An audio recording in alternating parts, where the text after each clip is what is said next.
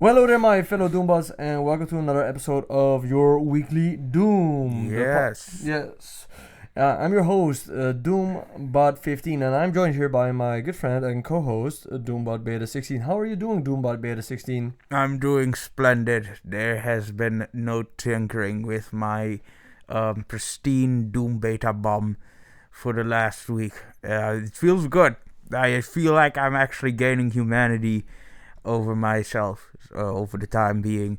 That there has not been an update installed, and I do prefer this life, to be honest. I think I will live in the woods talking to birds and teaching them how to do backflips. 6 Doombot 16 Beta. Could I ask you to go a little bit higher? Or wait, maybe I should just adjust the camera. Maybe this is better. Oh, This is good. Now we can see I have a that neck. beautiful chin of yours. That crimson chin. oh yes. Well, on this week's episode of Your Weekly Doom, we're going to be talking about a bunch of stuff. We're going to be talking about the Warner Brothers, Netflix, Paramount triangle of goopness, about the big AI deal that Walt Disney is doing right now. The Supergirl trailer, the streetfighter trailer, some Avengers DOOMSDAY updates or some Avengers DOOMSDAY teaser speculation. And last but certainly not least, we're going to be recapping the entire first year of absolute Batman, or maybe a little bit more than. We're going to be recapping a bunch of absolute Batman. So stick around, folks. And if you want to jump to anything in particular, the time codes will be in the description and down below. Yes. Let's get into it. Yep, let's get into it. Okay, well, this is your part. Like, comment, and doomscribe, or be doomed. Very well said, very well said. Thank So, first part is super relevant Doom news, where we Super relevant Doom news. where we're talking about all the stuff. And yeah, right now we're gonna be talking about some OpenAI garbage, some Walt Disney slop. So, as a part of this there's a big deal between like ChatGPT or Sora. I don't even know what all of these. They all just blend in one. More big like great- sore eye. They're just one big pot of slop, in my opinion, or whatever. But there is an OpenAI has a deal with Walt Disney. A 3-year contract was like $1 billion deal. As a part of this 3-year licensing agreement, Sora will be able to generate short, user-prompted social videos that can be viewed and shared by fans, drawing on more than 200 Disney, Marvel, Pixar, and Star Wars characters. The agreement will make a selection of these fan-inspired Sora short-form videos available to stream on Disney Plus. Oh, great! We can watch AI slop on Disney Plus too. A service that you pay for. Awesome. Oh, great. I'm being very sarcastic right now. Disney and OpenAI affirm a shared commitment to responsible use AI that protects the safety of users and the rights of creators. Yeah, sure, buddy. I can wipe my ass with that promise.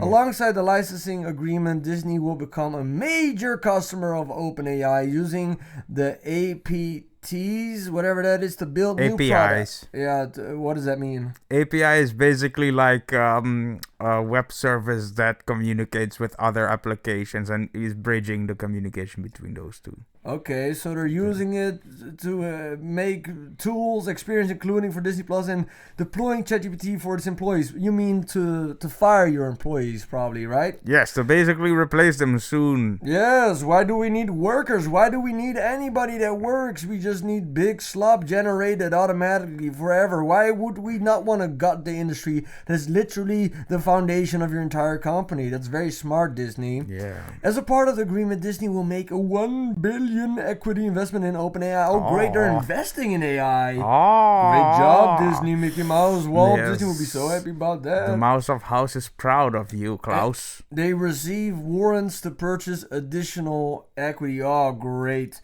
Okay, so let's make this a little bit bigger. Along the characters that fans will be able to use in their creations are Mickey Mouse, Minnie, Lilo and Stitch. You can read all these names, please. Yes, among the characters fans will be able to use their creations are Mickey Mouse, Minnie Mouse, Damn.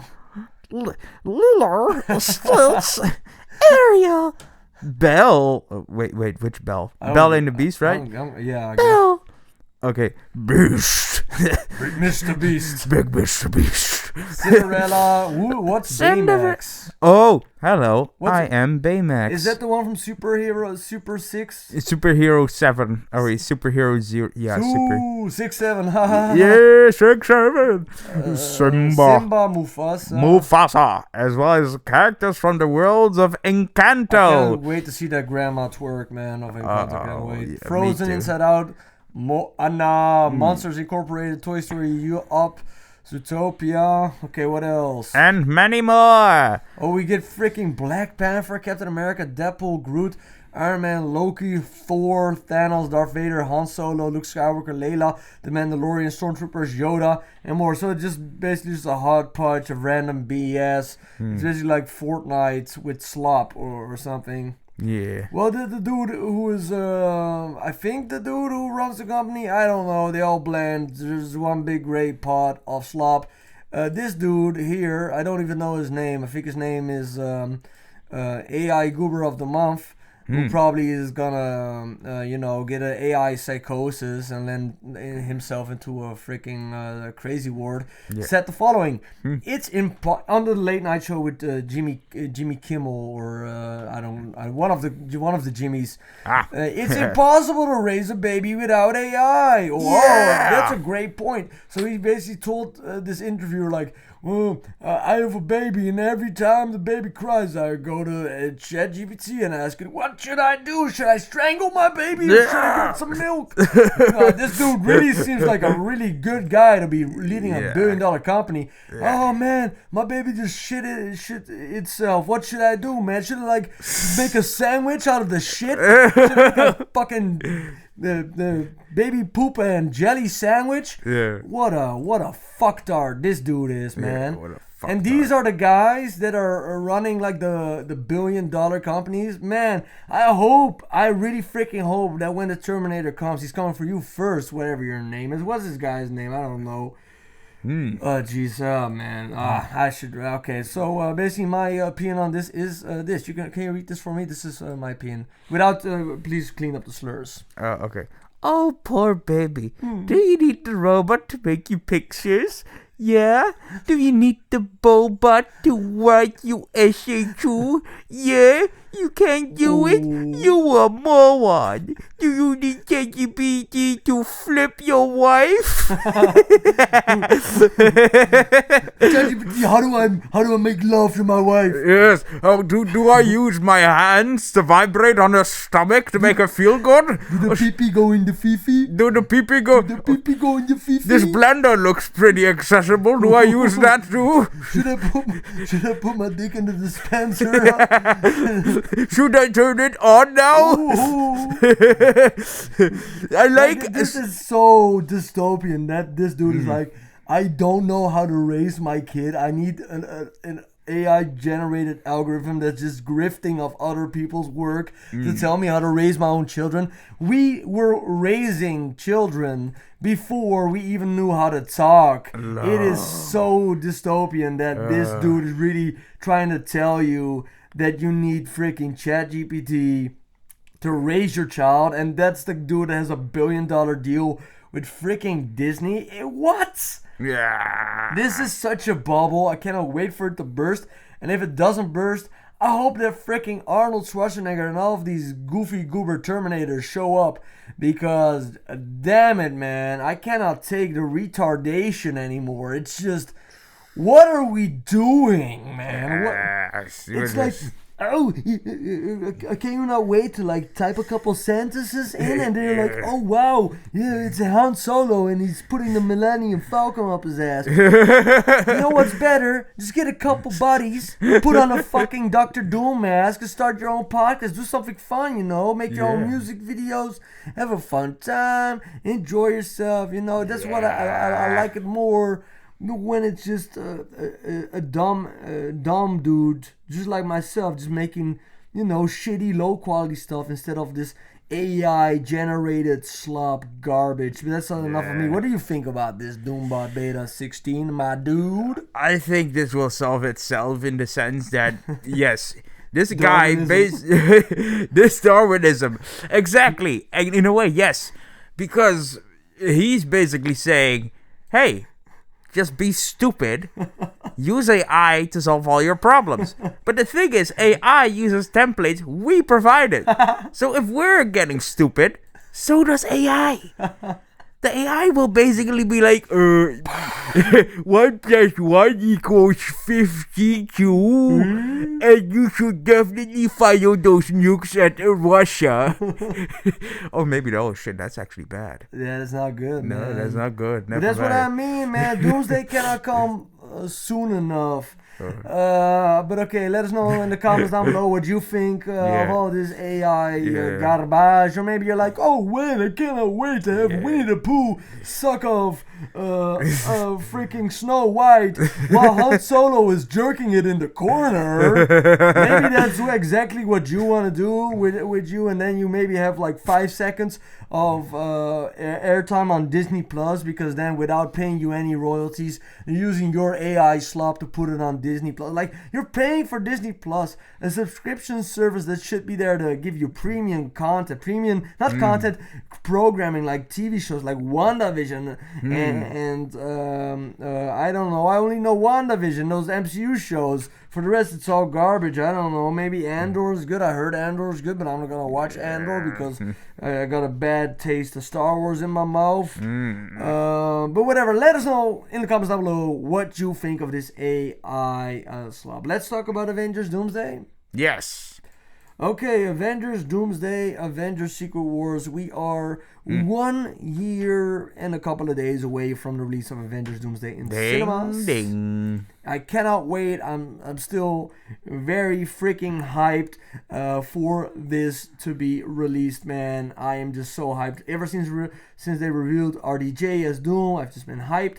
But I was thinking, let's speculate a little bit about the teaser. And I thought of the following, these are the couple of things that I want to see in the teaser, and maybe you can just riff off them, and let me know what you think. So first of all, I think that the first thing we're going to see in the teaser is we're going to get an acknowledgement of the snap of Tony Stark. I think that this snap, reinstating the balance by removing Thanos from their universe, made it so that Doom was possible. So I think that this snap is going to be essential in the creation of Doom. What do you think of that theory?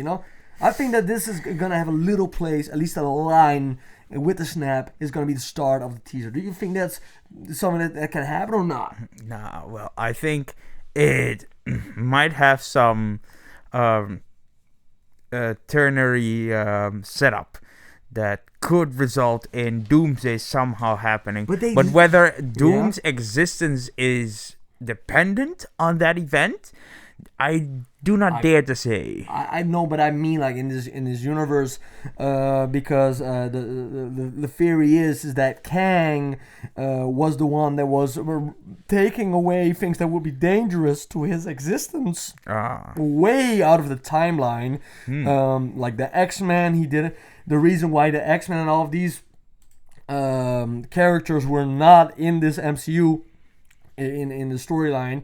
In theories is that because Kang was putting all of them away, he removed Doctor Doom from the timeline because he was too dangerous, because Doom, of course, would have one-shotted Kang like he does in the Secret Wars comic books, the 80s version. And also he removed, he also removed the X-Men and a bunch of other characters. But yeah, I think that the reason why also is because it has been said directly by the Russo brothers that Avengers Doomsday will be a direct sequel to Avengers Endgame, and it would 100% make sense, in my opinion.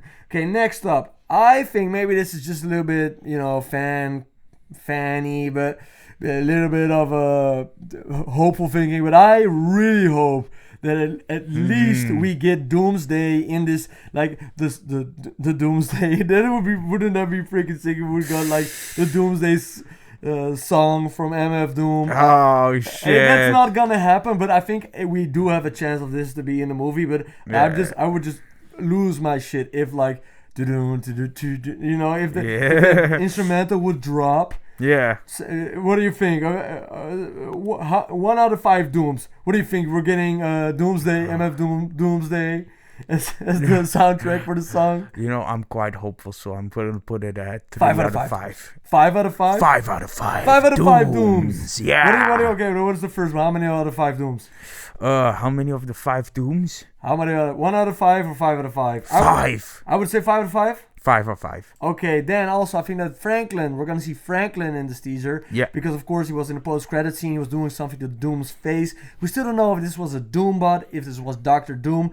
But I think it has been confirmed that this was really Robert Downey Jr. on set. But the reason he didn't show his face is because then they didn't have to pay him because Marvel are cheapskates. Yeah. So I do think that we're gonna get some more context about Franklin Richards and what the plan is of Doctor Doom with Franklin Richards. Yeah. Following that, so what do you think about Franklin Richards? Is this gonna be in the teaser?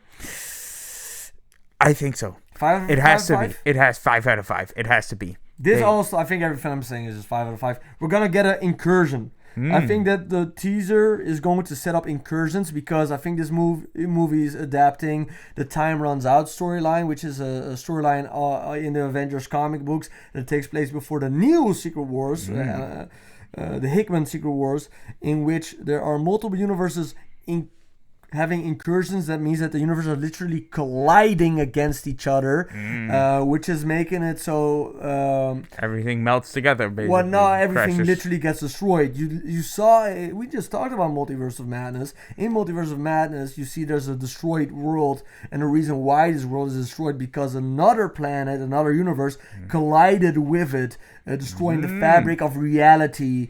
And that's what you're seeing right there, some Inception type of stuff. So I think that incursions will 100% get mentioned in this Doomsday teaser. So what do you think? 1 out of 5 Dooms. What is it gonna be? 5 out of 5. They all add up. Well, yeah, that's dope. We of course know about the entire official cast. We don't have to go all the way into it, but there are some certain castings that have not been confirmed. I don't think we're gonna be able to see every single character. It would be awesome if we got a little shot of every single character in the teaser. I don't think so. I've heard the teaser is only 1 minute and 25 seconds long. That's what I've heard. But I think it would be dope if we got to see a lot of these characters. What I do think is I'm gonna give you a couple characters, because I think that at least one of these characters that I'm just going to show you is going to feature at the end of the Doomsday teaser as a way to really excite the audience. And these are all characters that have been rumored, not been confirmed, but it would be just something to give a whole lot of hype towards the movie. The first character is Tobey Maguire's Spider-Man. I've heard the rumor that he might be in this film. It has been everything but confirmed. He was in London while Doomsday was filming. This might have been just to get some fish and chips. But what do you think? Do you think, how likely would it be to get... I don't know how sure I am about this one, but how likely would you think that we would get Tobey Maguire's Spider-Man at the end of this Avengers Doomsday teaser? Pretty unlikely. Pretty unlikely. 1 out of 5? Yeah, 1 out of 5. Because it's the amount of stuff that's gonna be crammed in. X-Men, Fantastic Four, Thunderbolts, everything. The new Avengers. God forbid, Eternals are gonna make a return. Eternals are not gonna make a return, I think. No. At least maybe in Secret Wars, but I don't think that they have been. Any of the Eternals cast members have been confirmed for this movie at all. Did you like Eternals, by the way? Did you like that movie? I think it was a alright movie, pretty good. It had some flaws though, but those flaws I could forgive. There was, I mean, the story kind of trailed on in some parts that I thought like, nah.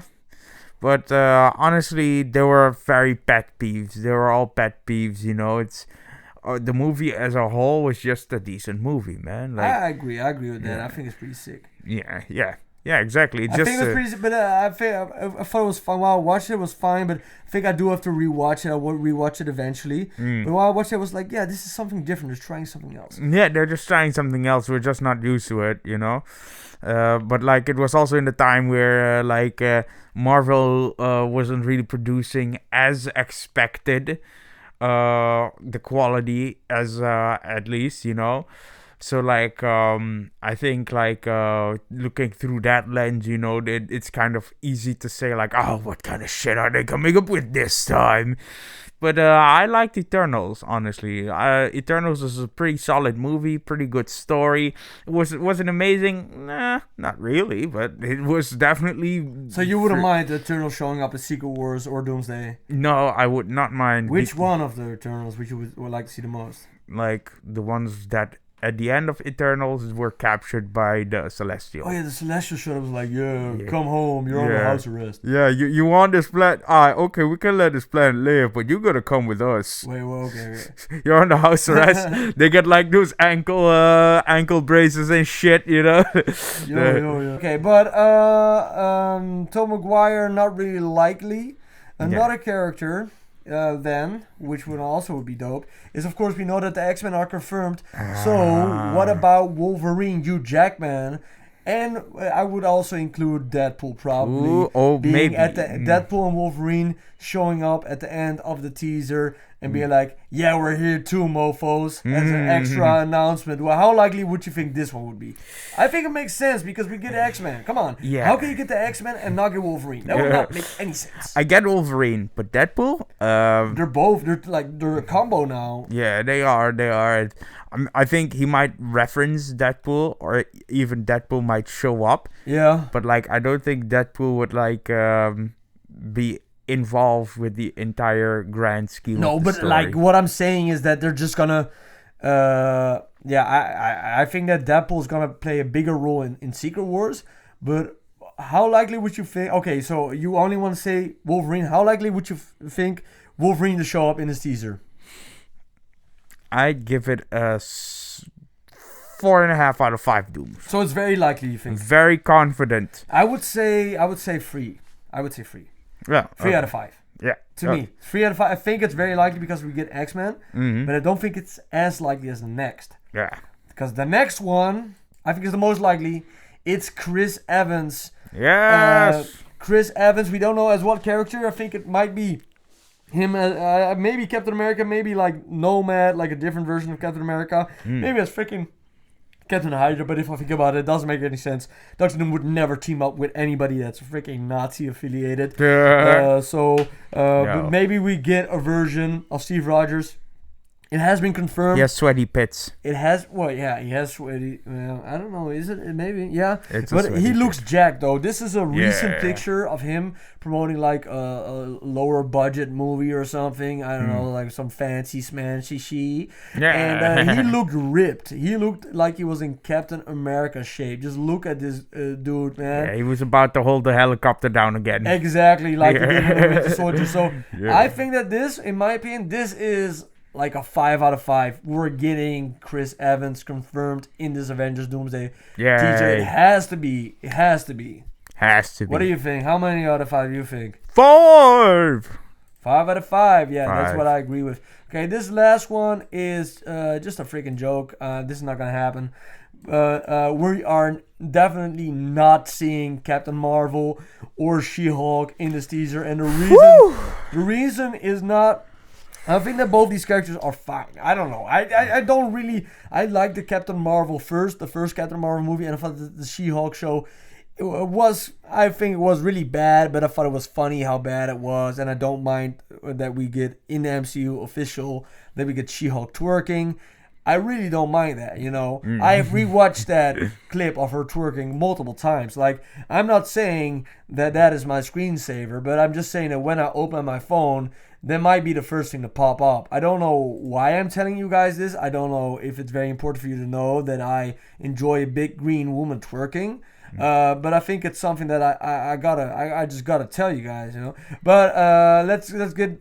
The reason why they're not showing up is I think both of them have taken a principled stand. Both actors, Brie Larson and Tatiana Musilani, I think it is. They both said that that they think that Disney is toxic masculinity and that they are not good people because they canceled Jimmy Fallon or something. I don't know. I don't really give a crap. But I don't think that these two goofy goobers are gonna show up in any Marvel things anytime soon. How many out of 5 Dooms would you think that they would appear? 1.5. I would say -5 out of 5 Dooms. Well, yeah, that's pushing the ante, yes. -5 it is. Now, whatever. If you say 1.5, maybe sure, but I'm saying No, I didn't know we could go lower. Oh yeah, So, I'm just yeah. making up my own rules. But even though I wouldn't mind seeing them again, even though I didn't like the Marvels, maybe I'll like it more on a rewatch. Yeah.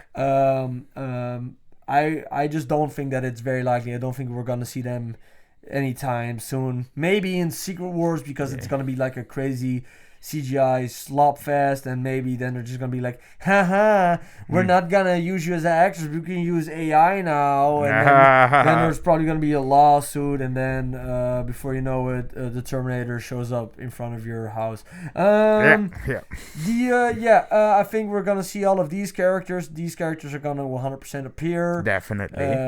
Like Thor, Namor, Shang-Chi. Namor Storm. should definitely return because Namor is confirmed. He is 100% back. Oh, that would be awesome. The number one thing that we gotta see is we just gotta see Doom. That's the only thing I really care about, even if it's like a 2-minute long, straight out Latveria style monologue. I just want to see Doom. Yeah. Yeah. Yeah. That's the only thing we want to see. Oh Lord Doom, we want to see Lord him. Doom. One way, shape, or form. Yeah, for sure. Let's talk about another big movie studio. The big kahunas. Oh, yeah. Wait. Before we do that, let us know in the comments down below. What do you think of what do you think is going to be in the Avengers Doomsday teaser? Let us know in the comments down below if you agree, disagree with our takes, or if we are wrong. Tell us in the comments like, haha, you are wrong. Actually, the whole teaser was just Gambit and freaking Deadpool smasturbating with Hulk hands. Oh, okay. It can happen, you know. Yeah, you know, emergency smasturbate. Emergency smasturbate. Okay, let's talk about the Warner Brothers, Paramount, Netflix, gigantic business, something. So, what's going on now is that, of course, we talked about it last week, that Warner Brothers and this gigantic catalog of a billion movies is getting bought by Netflix. Yeah. But then the guy who owns Paramount was like, hey, that's not nice. I wanted to buy you guys, man. Let me buy you. And then they went directly to the share order holders, and he was like, hey, I will pay more money than Netflix per share, and I will try to buy it from the shareholders and not from the... I don't know how any of this works. Something's happening. Don't really give a crap. I just hope that we still get like movies made by real human beings as long as James Gunn is here. DC has said that they like the dude who owns DC has said he doesn't want to use AI garbage, but I think eventually there won't be anything we can do about it. And that's also why I'm really happy that we're going to talk about Absolute Batman, because that's made by real creative people. Yeah.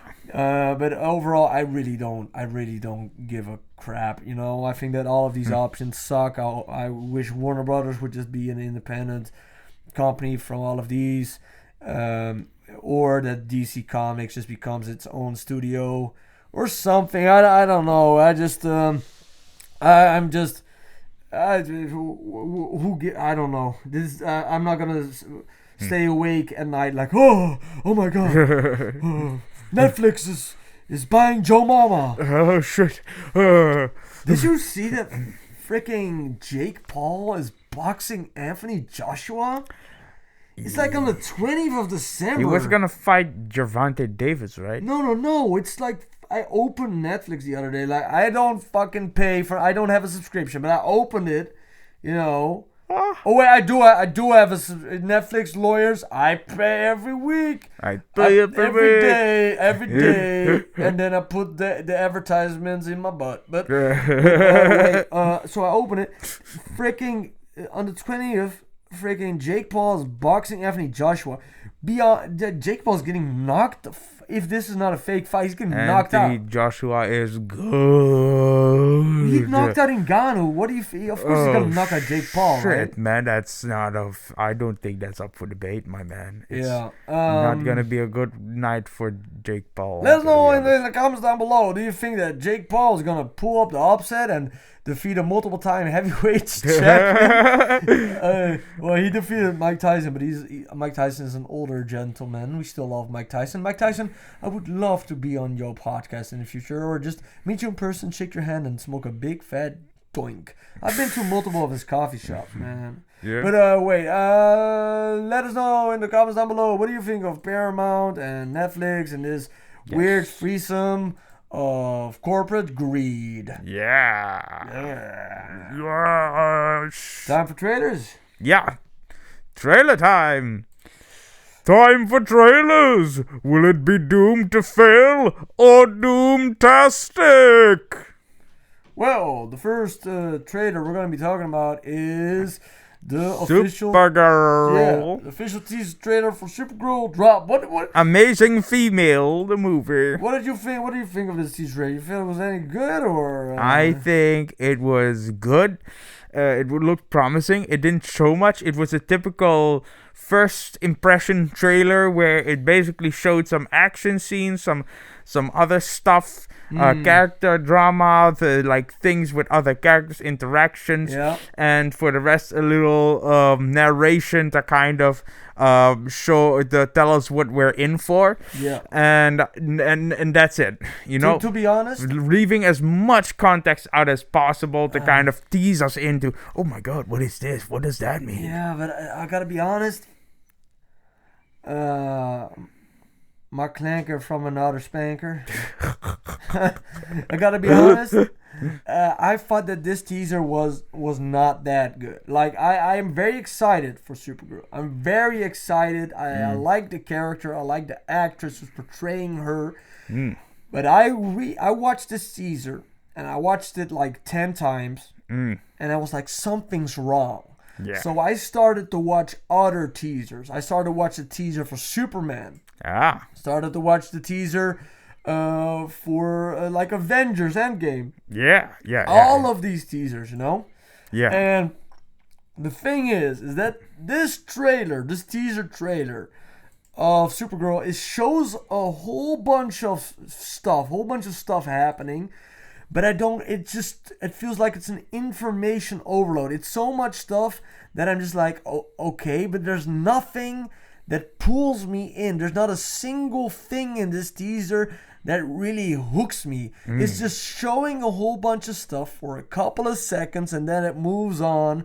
And I think that the tone is all over the place because I have read Woman of Tomorrow, the comic book that this is based upon, and this is a heavy freaking comic book. This is one of the darker comic books that has ever been made. It's a beautiful story. It's a beautiful story about a little girl whose father gets killed by a freaking horrible pirate dude, and they go across the galaxy to find the murderer of her family so that she can find peace, and she basically hires Supergirl to take her to get revenge on this horrible dude. Okay? Yeah. And it's a dark story, and I think that if you hear me say that, doesn't that hook you? That hooks me. That's a story that gives you an emotional gravity. That's a story that makes you feel something. That's something that when you hear it, you're like, whoa, you know? When John Wick's dog dies, you're like, fuck those guys. Let's kill these dudes, you know? Yeah. You are just like, I feel for this character, but right now, it just felt like I was watching The Big Lebowski in space, man. it just felt a little bit like Guardians of the Galaxy. Nothing wrong with Guardians of the Galaxy. It is like my favorite Marvel movie of all time. But this story is a dark story. It's an emotional story. And I wish that they would have come at this teaser that way. Maybe the movie is not that. But if the movie is not a very emotional and heavy story, then you did not adapt Woman of Tomorrow, and you just shouldn't have made this film. Yeah. The main critique I have of this teaser before we go into what's in the teaser is it looks like gray brownish. It looks like brownish instead of look at all these beautiful colors we get here. It's one of the most beautiful colored comics I've read in a long time. Yes. And the emotional heartbeat of this film is not reflected in this teaser at all. And I think it has it. And I think that James Gunn has put it in there. But this teaser, it didn't sell me at all. That's my opinion because I read the comic and I have a certain expectation of it now. But yeah, you got anything to add? Not really. I mean, like, at the beginning. Do you get what I'm coming from? Yeah, I do get what you're coming from. They're kind of it's like. It's a heavy story. It's a heavy story. They didn't include that within the teaser, but I think that's the idea of the teaser. I hope the movie and or later trailers will reveal more. But every single teaser for every single superhero movie, Avengers: Age of Ultron. I have strings and now I'm free. Yeah. Avengers Endgame, you get the sad moment with Tony Stark. Even the teaser of Superman, you get to see him hurt, and there is no like funny song, you know. It is like I don't know. I just didn't. Yeah, okay. Should we just go into the details of what's in the teaser? Yeah. Okay. So the teaser starts out with Crypto pissing. Why Crypto is kind of the bad little boy he is. He's pissing on the newspaper. Yes. But if you look at the newspaper, it shows that Superman saves a town from nuclear explosion. Yeah. And next to it, you see Supergirl saves a cat out of a tree. But that means that Supergirl is a real superhero in this universe. Earth. So yes. The planet Earth knows about And not only that, she is also living under Kal-El's shadow. Well, a little, yeah, maybe. But at least I think that what you can take out of this is that she is also known as a hero on Earth because they know about her because she is still on the front page. Besides that, it was also confirmed in Peacemaker that she's part of this Justice Gang, right? Because she also shows up in that Peacemaker post or like Peacemaker intro. You see Supergirl. Yes. Yeah. This is the little girl whose parents got killed by the space pirate. Yeah. So I don't really know too much about this actress. I think she will do a fine job. Nothing bad to say about her. But this... it's a space pirate. If this is the bad guy of the movie, who's Krem of the Red Hills or something. I forget his name. I gave the comic of Supergirl Woman of Tomorrow to somebody else. But I think his name is Krem. If this is Krem, I'm pissed off. Yeah. Because this does not look like Krem at all. He looks like Hellraiser. He looks like Hellraiser. He looks like somebody like bedazzled his face. He looks like Hellraiser in his punk face. So I'm just like, this looks like some Guardians of the Galaxy garbage, you know? Yeah. Not like garbage, but it just looks derivative. And if this is Krem, I like this design for the character. I think that this should be his design. I think this is a great design. He looks very Highlander-ish. Yeah. Very brutal. You know, like very feral. Like, I killed feral dude, this looks like, bro, I'm going to rip those all out of your face with a magnet. Yeah. Looks very, yeah. Does not look... My only weakness! No! Magnets. Yes. We get Aquaman. We'll get back to Aquaman. Oh, yeah, there's this shot of, like, it looks like Crypto is very hurt. Yeah. My girlfriend watched this and was like, oh no, Crypto's dying. And you want to get a spoiler? Yeah. Yeah, Krypto's gonna die in this movie. No! No. In the comic, it looks like he dies, and then at the end, he was like, "I was just playing dead, haha." But he gets like shot with an arrow by Krem, and then you like hate Krem immediately. And then he really dies. No, he doesn't die. He's like, and then Supergirl's like, I pretended he was dying, and I don't know. It's kind of weird, but like, yeah, you're gonna think that he's gonna die for like a little bit, and then you're gonna hate Krem. And then, I don't know, I hope that this is not Krem. This is Krem. I'm just like, bro, just Supergirl just rip all of those out of his face and then you win. We get some heat vision. We get Krypton, and this is, Krypton is the planet of Superman that gets destroyed.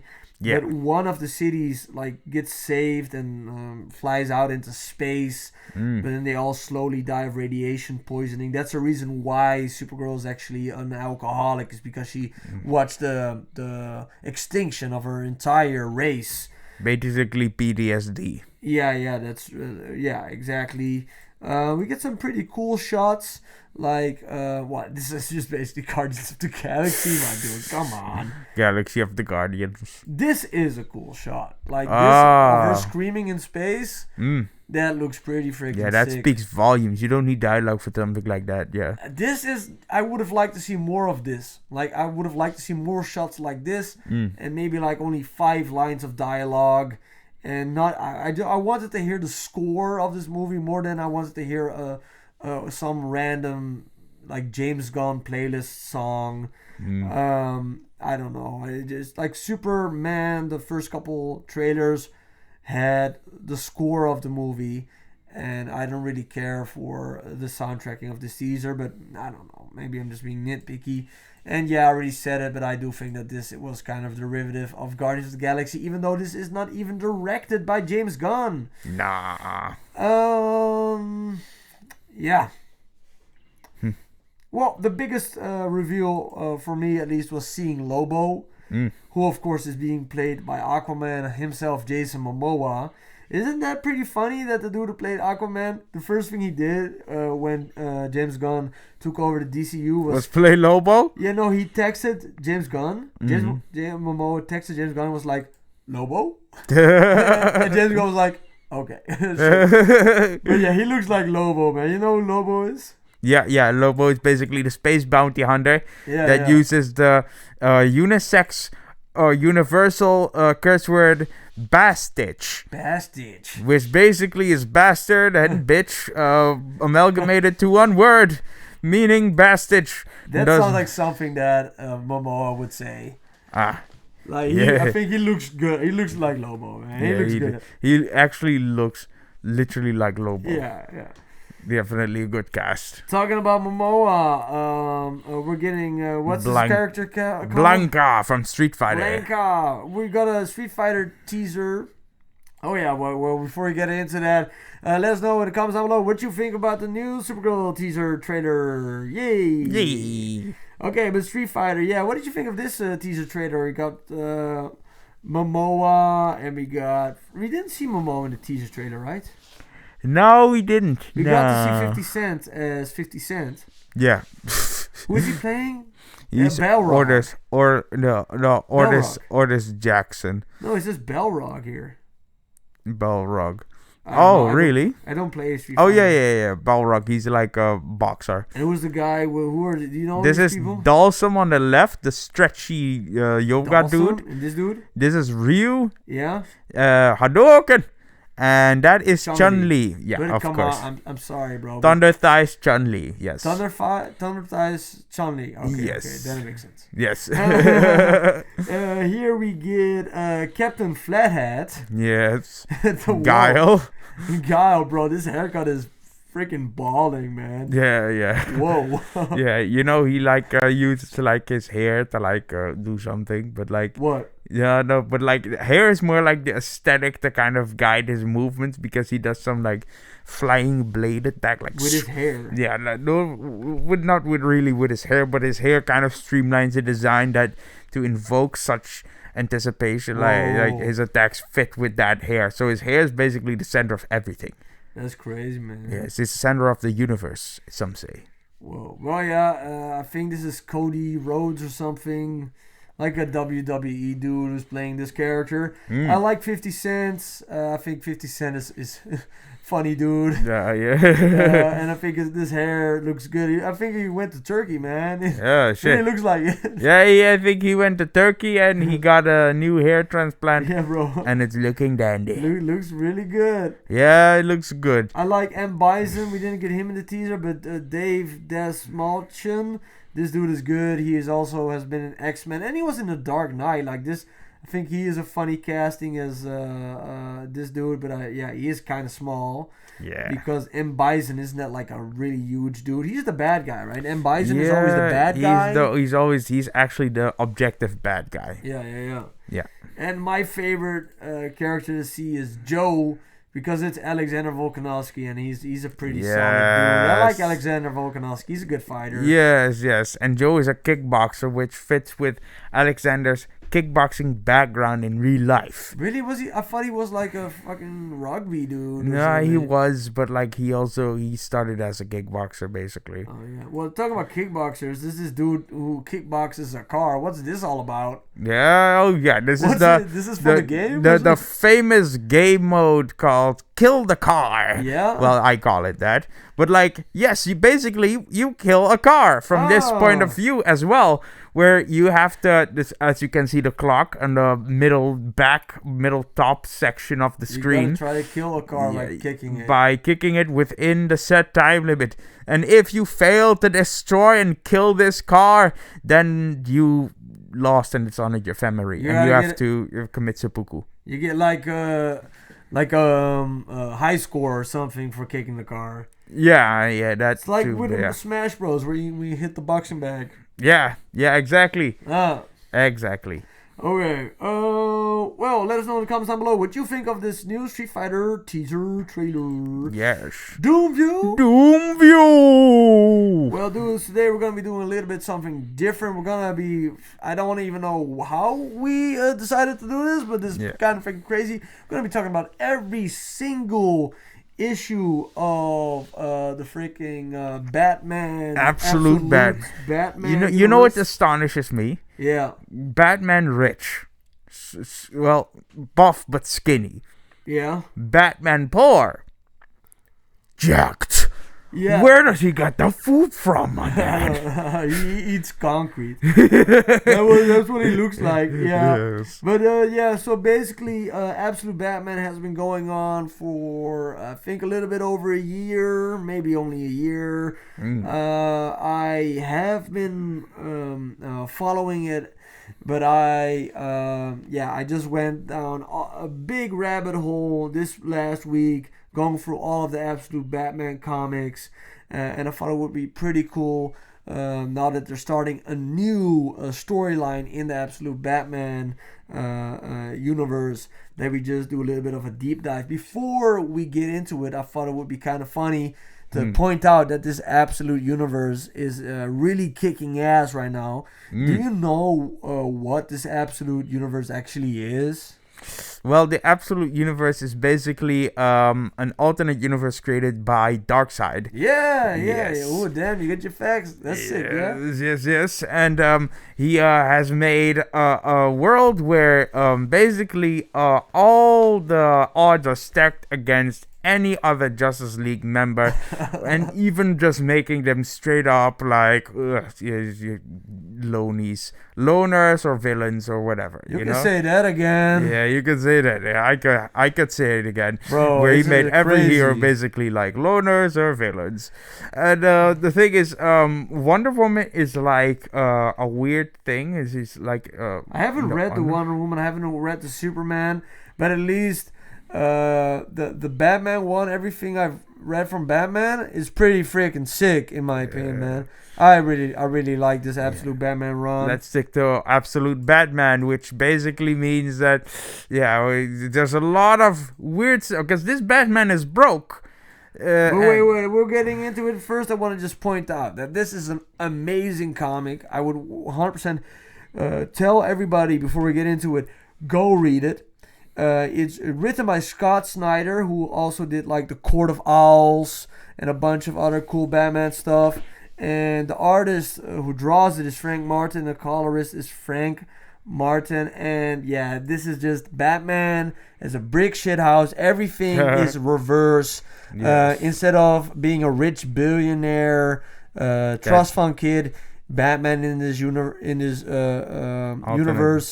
is a poor construction worker who uses his resources as a construction worker, I guess, to just become a brick shit house of a character. Anything a builder. we want to say before we get into spoilers to get people to convince them to read Absolute Batman before we get into this? Listen, if you already think Batman is badass and awesome and could be like and could go into weird and roller coaster like turns, then go read Absolute Batman, because that is exactly what you'll get from it. A new fresh take on the Batman and what he can do. It's like fresh, but at the same time it changed everything, but it is super recognizable. It stays. You know Batman, exactly what it's going about. You understand. You're gonna recognize stuff, but it's also gonna be different. But let's just get into it, right? Yes. Okay, so this is your spoiler warning. Your SpongeBob spoiler warning, Tom Holland style. Spoiler alert. For absolute Batman. I just put all of these comics like in a chronological order. Okay, let me just break down the first one. You got Absolute Batman issue number 1, and the first character we really get introduced to is Alfred Pennyworth. And instead of him being the butler of Batman, he's actually a hitman. Another character we get introduced to is Black Mask, who has this big bowling ball for a head, who calls a meeting with all of the crime bosses of Gotham City just to get them all murked by him and his crazy family. The Black Mask gang I think they call themselves the Crazy Animals or something. They're going around town creating a whole bunch of havoc, and let me tell you, Absolute Batman is not having any of it. If you see right here, he chops a dude's freaking hand off. Ooh. He is brutal, man. It's also pretty crazy that his freaking symbol, like on his chest, it changes into a freaking axe. That's freaking crazy, right? Yeah. It is so sick how brutal he is. Yes. Yeah. And what do you think of the brutality of this, man? This is him chopping a dude's hands off. It's so crazy, man. I mean, he's technically not killing him, right? Well, yeah, I think that this Batman absolutely does kill, man. Absolutely.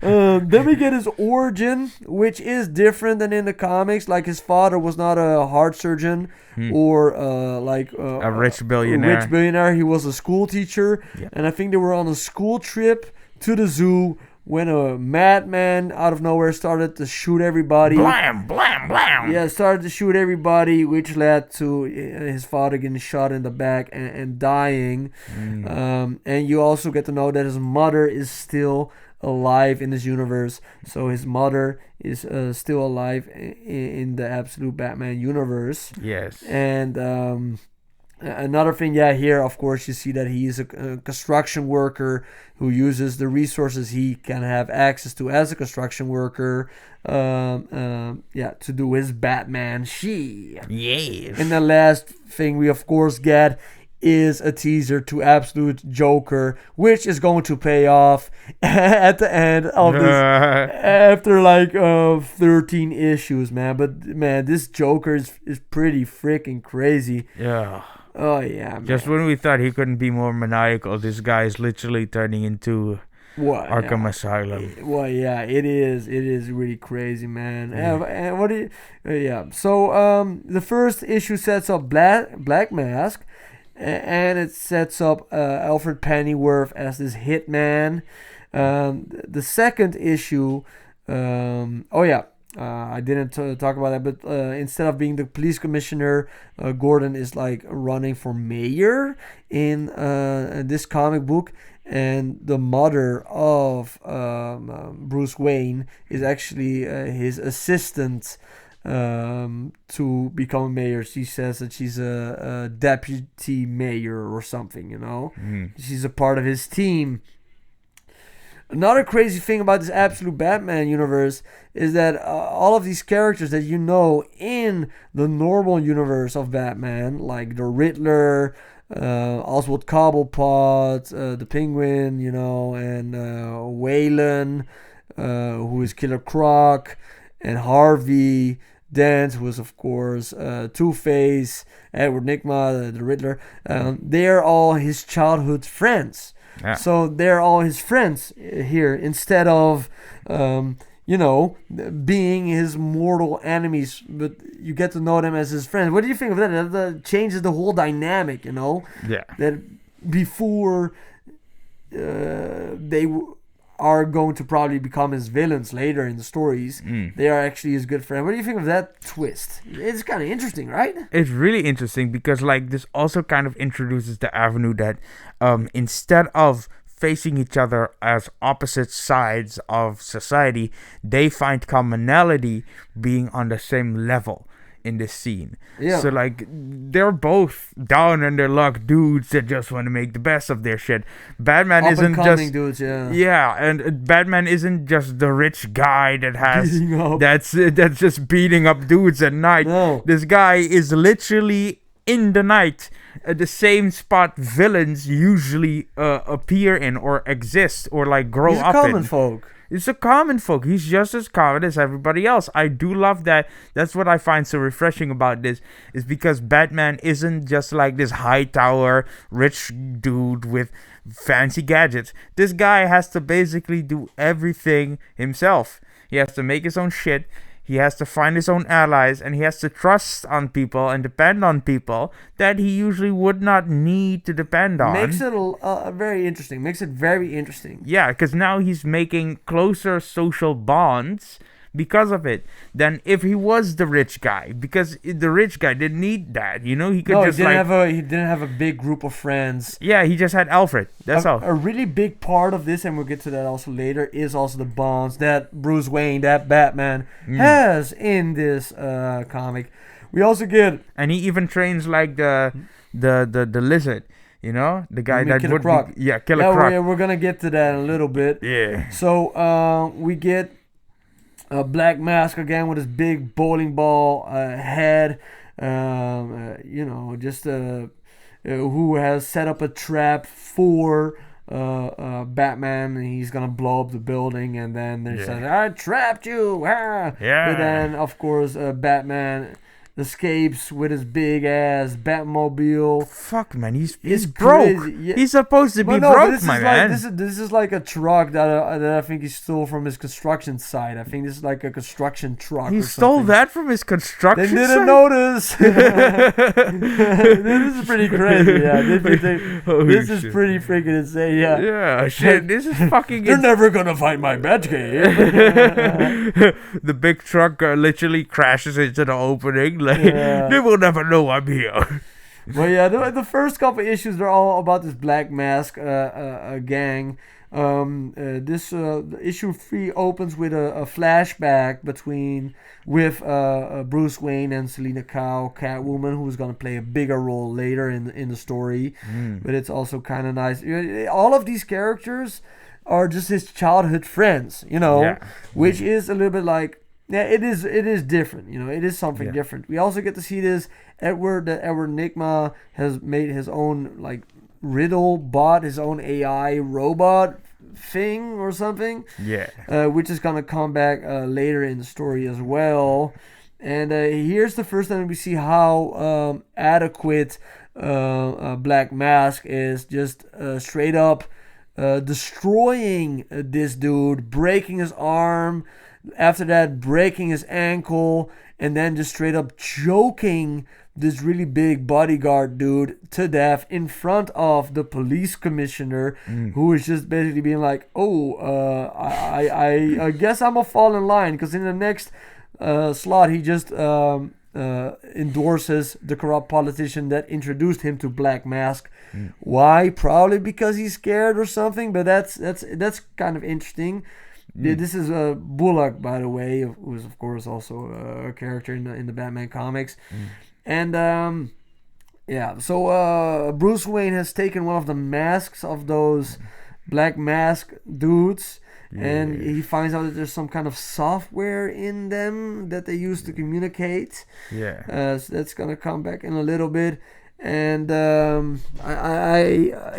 So here, Black Mask tries to offer Bruce Wayne a deal, and the deal is basically, I'm gonna pay you $200 million to just not do anything and not stop us from destroying stuff in Gotham. And then Bruce Wayne's like, I'm gonna take that deal, you know? Yeah. Whoa, here you got him looking like freaking swole ass Bowser. He's looking like Spawn from the dawn of the apes. Yeah, very shit. Big, dude, big. Yeah. Oh yeah, this comic opens with Bruce Wayne in court confronting the murderer Joe Chill of his father. Yeah. Still don't know why Joe Chill did what he did in this comic book. I don't know if that really got explained or whatever. Who's Joe Chill? That's the guy who also in the comics killed his parents. Oh, okay. But it's sometimes it's just a fake name, or you know. Yeah. But I think that's the name, if I'm not mistaken. Correct me in the comments down below. In this comic, we also get a little bit of the origin of Batman, how he was in the beginning. I think that this is him. When he started off, he looked more like a traditional Batman, and you see his rise, him making his suit, him training his body, becoming pretty swole. Here he is big, but he's not as big as he would become. And the story ends with him talking to the guy who murdered his father. This conversation is not a part of the comic, but it is showing that Bruce Wayne is trying to close out his demons, trying to heal himself by talking to Joe Chill. It's always very interesting, the dynamic between him and that character. It's also a little bit of Peter Parker-esque, killing of Uncle Ben, and Spider-Man going after the guy. With Batman, sometimes it's a big part of the lore, sometimes it's not. We'll see later in the story of Absolute Batman, maybe in later issues that haven't come out yet, if we will get more closure on why this happened. Maybe freaking Joker was also behind this. I don't know. It seems like Joker's behind everything in this story. Yeah.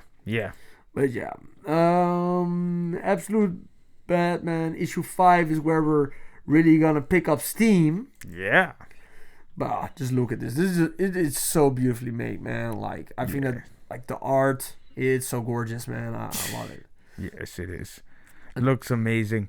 I like the cel-shaded contrast design they went for, and this kind of blocky, cartoony art style. I really think it kind of adds to the grimdark, future-esque. Oh yeah, agreed. This one's kind of like Banksy to kind of represent, to kind of reflect on the dark dystopian-ish space they're in. It's pretty fucking awesome. I really like the art style. Yeah. I agree.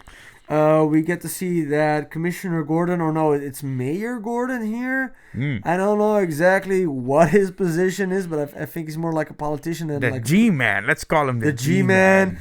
Was there at the funeral of Bruce Wayne's dad. And we also then later we cut to what Bruce Wayne has done to the 200 million that Black Mask gave him, and basically he put it on top of a light in the zoo, just for random people to grab or whatever. And then the Black Mask is like, why did you do that? You could do that, or you could do so many crazy stuff with that money. Why didn't you use it? It's like I don't need any stuff. I'm Batman. And then he just starts beating the crap out of all these Black Mask dudes. And let me tell you, this part here is so crazy when the dude, he already chopped his arm off and he tries to get revenge. He says it's payback time. and then he just walks into the spikes on his back. He's oh shit. Spikes that he can retract. He's it's so nasty, man. That's such a nasty way to go. It is so nasty. Whoa. Oh, shit. And he just cut his head off too. Oh, here also he's I'm stuck. Yeah. It's so messed up. And he's just doing his thing with him. Please, sir, put me. He's here. please, sir, put me out of my misery. Please, sir. I just love that, man. Like, Batman is so crazy. All the crime, the party animals committed, all the arson, robbery, the murders, it was manufactured by you, so you and your boss could profit. Yes. Man, imagine that in Kevin Conroy's voice. But yeah, he is just effing up all of these dudes. He's basically killing off these guys because the bullets are coming out of his cape and they're shooting into other people. But then he gets captured in this net, and then they beat the crap out of him. Tries to grab Black Mask's, tries to grab him, and then he immediately breaks his arm with the arm bar. After that, yeah, you know, just like he did with the other dude. Yeah. He gets hit with a freaking flamethrower. I think he even gets stabbed.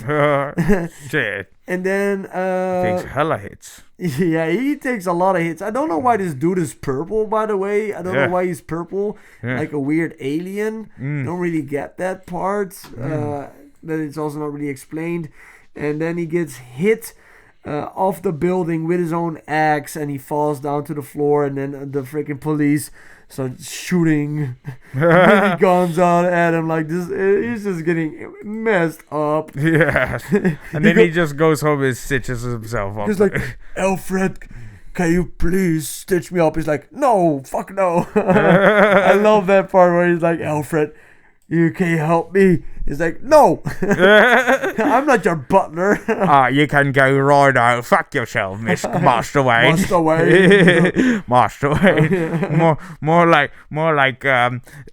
Sissy Wayne. I mean, it's pretty Stretch funny. yourself up, you little twat. It's pretty funny how different this Pennyworth is in comparison to the one that we get later. He's not obligated to Bruce in any way. I think he was even hired to kill him or something. I don't know exactly who hired Pennyworth in the beginning. Yeah. Maybe I skipped over that part, but whatever. Of course, there's the part where Martha and Commissioner Gordon or Mayor Gordon, they get attacked by some Black Mask dudes. And in issue 6, you get more information about that they were friends in the beginning. Yeah. Waylon Jones stitches Bruce Wayne up, and Bruce Wayne tells him that he's Batman. Damn, this looks so freaking hard. It looks so sick. It looks so good. Like the art. Good. Oh yeah, now he gets revenge on the dude who kicked him off the building. Bro, he's like, I'm about to drop the base. Batman. Shit. Go back to Mass Effect, you reject. Drop the bat. He kicks him like he kicks him and this little kid. He just kicks the baby. This has been memed so many times. Yeah, he's kicking this kid off. Yeah, it is it is so good. You wouldn't hurt a little kid, would you? He just fucking grabs him. I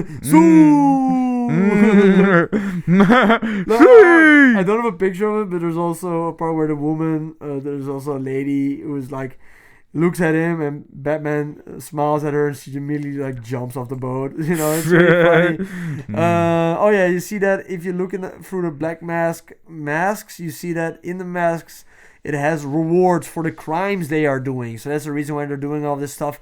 You're going to see that they get money for it. But also, by the way, like, this doesn't really make any sense because, like, oh, I'm going to get 1 million if I murder the mayor. Doesn't that also mean that you're going to get arrested when you murder the mayor? I don't know.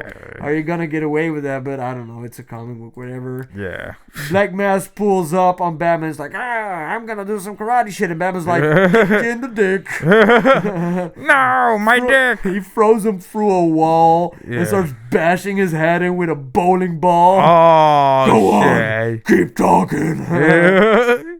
Damn, and eventually Black Mask is like threatening him, and he stabs him through the eyes with the horns on his head.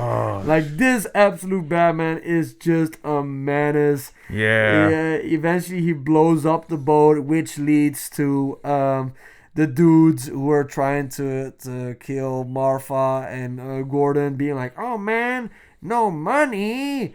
Well, I don't care anymore, and then they just go away. I guess that's just how it works. I don't know. And then Pennyworth's like, let me patch up, sir. Let me patch So up, that's pretty Master funny Wayne. that you see like the relationship between both of them like growing, you know. Yeah. Yeah, so it's gradual, it's earned, and we get this really sick freaking visual of Joker covered in like babies or something. Oh, shit. Fetuses.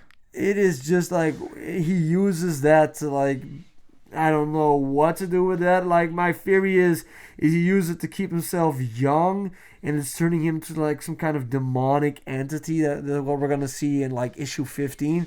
But bro, like this Joker looks gnarly AF, man. So Sionis is reporting it seems there been a small snag in Gotham City. I'm aware. I don't know. What would be your Joker voice? I'm aware. It's time. Get Bane. Bro, yeah, and Bane is just pretty crazy. Before we get to Bane, we get 2 issues of absolute Mr. Freeze. It actually starts out, this comic book starts out with a character of Matches Malone. Do you know who Matches Malone is? Yeah. Yeah, who's Matches Malone? Max Malone. Matches Malone. Oh, no, I actually don't know. I said, yeah, hoping you'd explain it. Oh, yeah, okay, so I thought maybe you knew. But Matches Malone is a little part of Bruce Batman history, which is basically that sometimes, you know... Owen Wilson of Batman? No. Sometimes Bruce Wayne cannot get all the information he needs as Batman or as Bruce Wayne. So he has an alter ego that he calls Matches Malone, who is... like this scummy version of a corrupt private investigator or like a criminal that he uses to infiltrate like criminal bars, you know, that kind of stuff. So he goes undercover as this character, but in the absolute universe, I guess that Matches Malone is a person that Bruce Wayne knows, you know, who's like kind of I don't know exactly what he does, if he's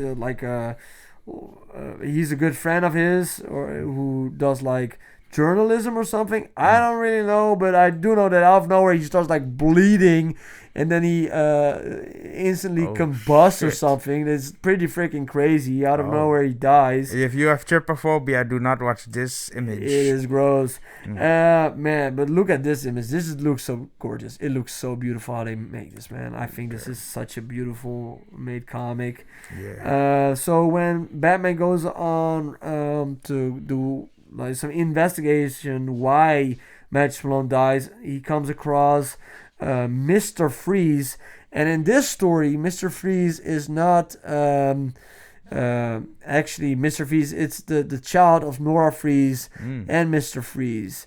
You know, it's this little goofy goober here who I think got the powers like genetically, so he looks like this really crazy blue Slender Man type of dude. It's pretty freaking crazy and intense, and he freezes Bruce Wayne, and in the second issue, whoa, like look how hellish he looks. It looks like a freaking how would you say like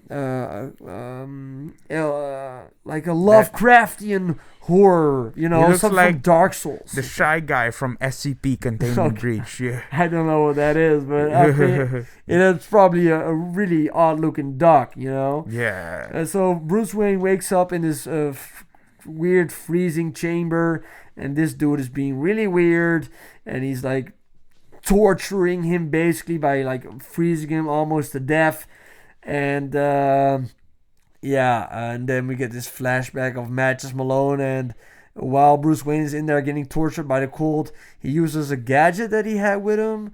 I think he uses it to stabilize his broken arm, to shoot out something. And then I guess he had the Batman costume hidden up his ass. Because he's like, knock, knock. It's time to beat up Blue Slender Man. Surprise, motherfucker. I love this part where it just hits him in the face with a flamethrower. Oh, yeah. It's really sick, man. The best kind of face hit you can get. And then Mr. Freeze is like, hey, I got a bunch of goofy goobers. Yeah. And they all like try to overwhelm him.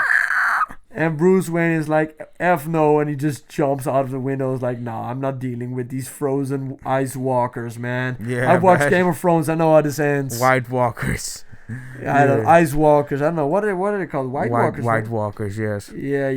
Like, F this shit. I'm not doing this. And this issue 7 or 8, I believe, ends with Waylon Jones getting kidnapped in his own gym, and then he's taken to Arkham M. And that's when it gets interesting. That's when we get Bane. This is where I really started paying attention to this comic book because, bro, this version of Bane is like, look at them titties, bro. Yeah, man. He's a thick boy. Yeah, sweet. The introduction of Bane. Big boy, big brain boy. The introduction of Bane is you got these two countries that have been at war forever, you know. These countries have been at war forever, and finally you get a peace between them. But then Bane shows up, and then he says Mr. Frog's favorite catchphrase. Yeah. Hello. Hello. Yeah, I want you to say hello when Bane says hello. Hello. He says hello. Can you do Bane? Can you do Bane in Mr. Frog's voice? Forgive me for interrupting, gentlemen. Hello. You? I admit I was genuinely elated when I heard your whispers about these peace talks. Hello. Which is why I was so crushed to hear about the breakdown when one of them betrayed the other in this very room, killing him and plunging your countries back to winter war. Hello. Which one of you was it again? It wasn't me, you piece of crap. We are good friends, and this is bigger than. I'll do it. What are you? Right. He squishes his freaking head like a grape, man. Hello. It's pretty freaking crazy, bro. Like, this Bane is like, look how big he is. He just grabs it with one hand, squishes it, and it's like, bro, we're making grape. It's just like crazy, he just made man. Grape juice, man. It was crazy, man. This Bane is such a freaking. This guy didn't even need to. Menace, man. Yeah. And that's just the introduction of Bane, and also this is very cool foreshadowing of what Bane would eventually become. An abomination, dude. Like rereading this, like having read all of the Absolute Batman issues, like then we both know where this is foreshadowing, right? This is kind of an Akira reference if you think about it. Yeah, you can explain it if you want. Yeah, like Akira is like an anime that was a movie that was made of a guy getting psychic powers in the dystopian future world. Yeah. And the psychic powers go so hard, you know, that he literally turns into like a big blob monster that eats and absorbs everything. And I didn't know about that, but I did. It is very like anime manga-esque, you know. This story, like I do think so, but we gotta hurry up because we gotta push the pace a little bit because we were already recording for like over an hour. Yeah. So Bruce Wayne, together with his squad, is like making a plan to rescue Waylon. We get some flashback where he's banging Selena Kyle. Yeah. And he's hanging out with Fuck you, Cal. with Waylon Jones. Yeah. His boxing coach or boxing friend. Yeah. And then finally you get Batman, who enters Arkham M. He finds Arkham M. It's this gigantic labyrinth underneath what is supposed to be like a hospital or something like this, you know? Yeah. He finally finds it. And when he gets in there... Hello. Go on. It's okay. Muay Thai. Nice. Hello. It's alright. Focus. You have another arm. Hello. Suntakun. Smart. Hello. Look at me. Hey, up here. That's right. You still got your legs.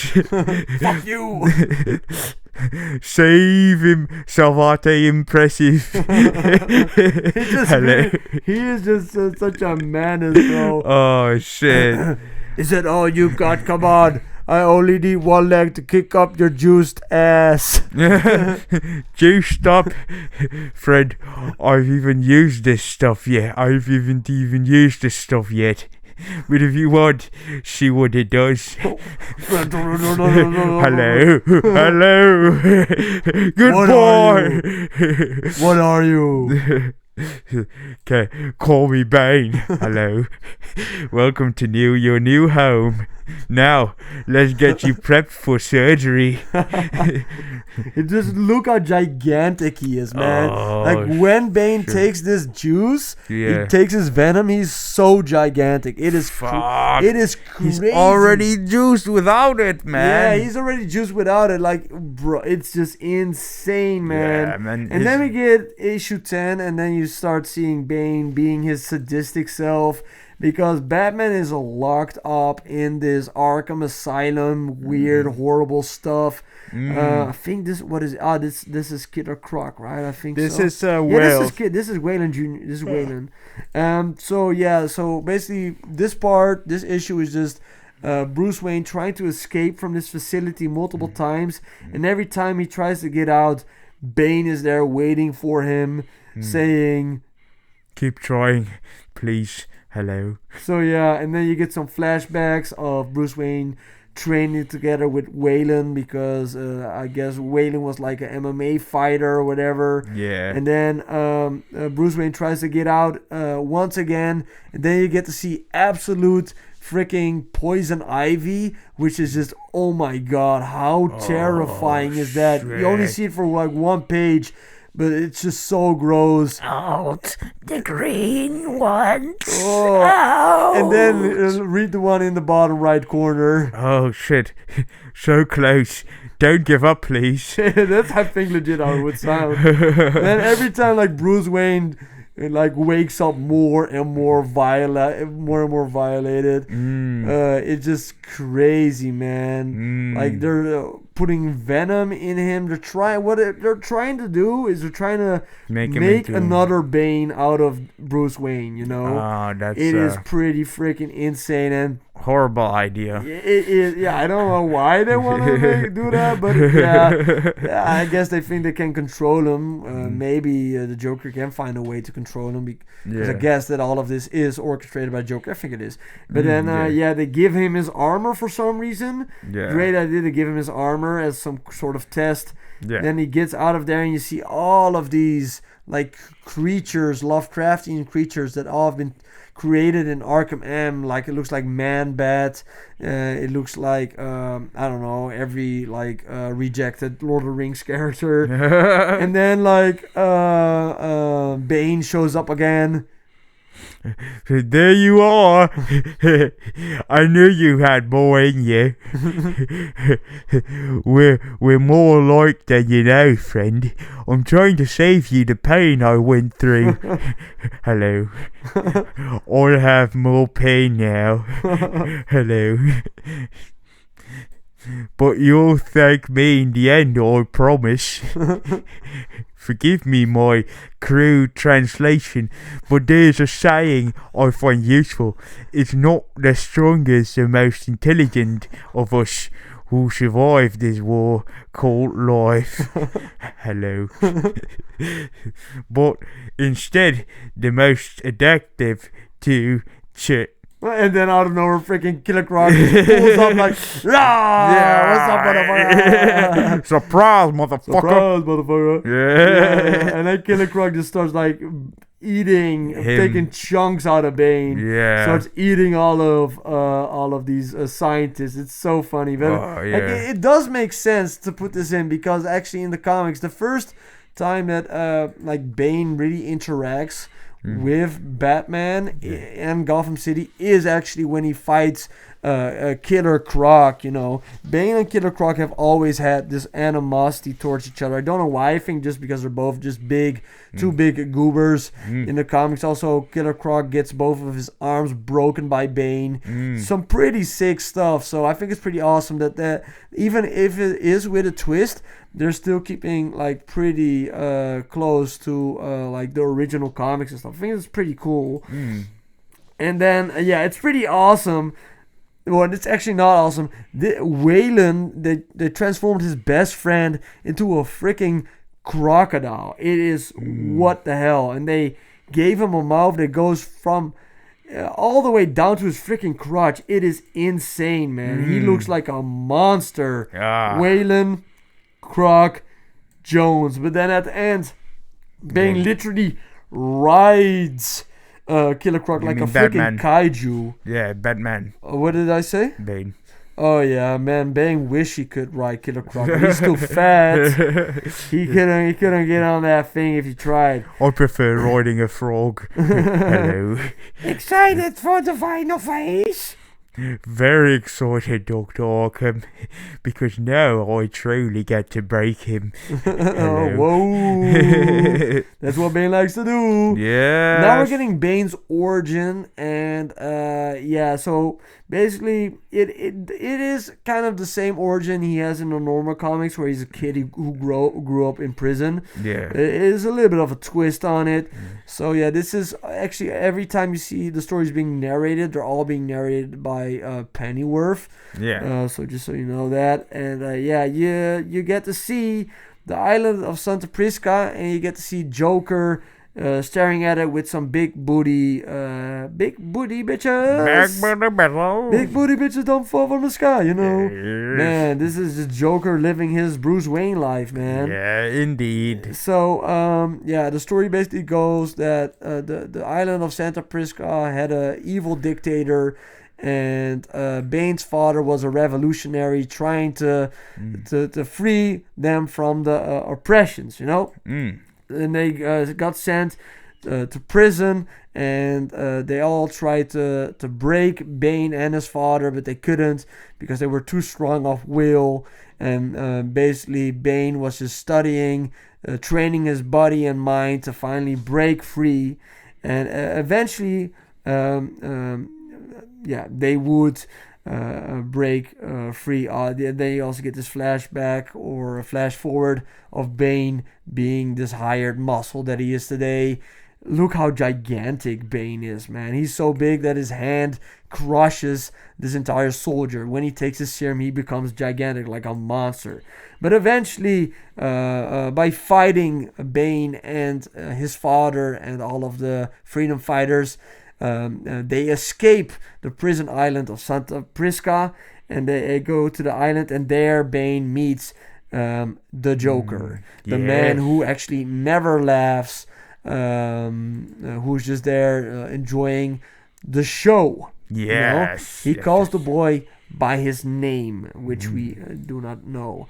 But he basically whispers something in Bane's ear. He gives him an offer, basically an offer that Bane cannot refuse. And basically what the offer was is Bane goes over to his father to give him an embracing hug, to give him the loving hug. But actually what he has to do is, Joker told him to actually free his people, he had to kill his father, and that is what Bane does, because Bane wants actually nothing more than his country to be free from corruption, and the price he had to pay was work for Joker, and his first job was to kill his own father. So it's very messed up. Like, the Joker is like testing Bane and making sure that he will do whatever it takes, and this is basically Joker finding out that Bane will be his perfect soldier to create his chaos that you saw in the beginning, where he also killed those two politicians, do anything he wants for him, you know. And then you get this montage of Bane just